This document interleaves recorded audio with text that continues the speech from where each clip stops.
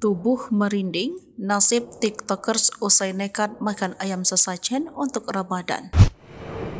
Seorang TikTokers belum lama ini bikin heboh lantaran nekat menyantap sesajen di rumahnya. Pemilik akun sontak jadi viral di media sosial. Lantas seperti apa nasib mengingat begitu sakral sesajen yang ia makan tersebut? Mengutip dari bangkapost.com, belum diketahui siapa nama asli pemilik akun tersebut. Namun menilik dari profil TikToknya, diduga pria ini berasal dari Pangandaran, Jawa Barat. Ia sudah cukup lama bermain TikTok dan sudah memiliki pengikut lebih dari 142.000. Adapun konten yang ia biasa produksi tak jauh dari aktivitas sehari-hari. Akan tetapi konten di mana dirinya menyantap sesajen menjadi salah satu yang banyak disorot.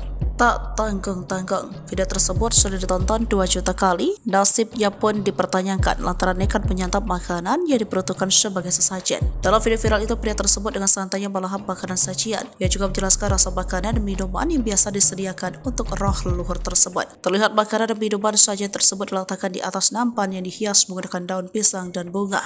Isinya pun beragam, mulai dari ayam, kue-kue, bubur merah putih, kopi, teh, pisang kelapa, dan banyak lagi. Menurut pengunggah video, sajian itu dipersiapkan dalam rangka menyambut bulan Ramadan yang sebentar lagi tiba, sebagaimana budaya yang masih kental di wilayah tersebut. Sajian beragam makanan dan minuman itu kemudian diletakkan di dalam gudang rumah tempat tinggalnya.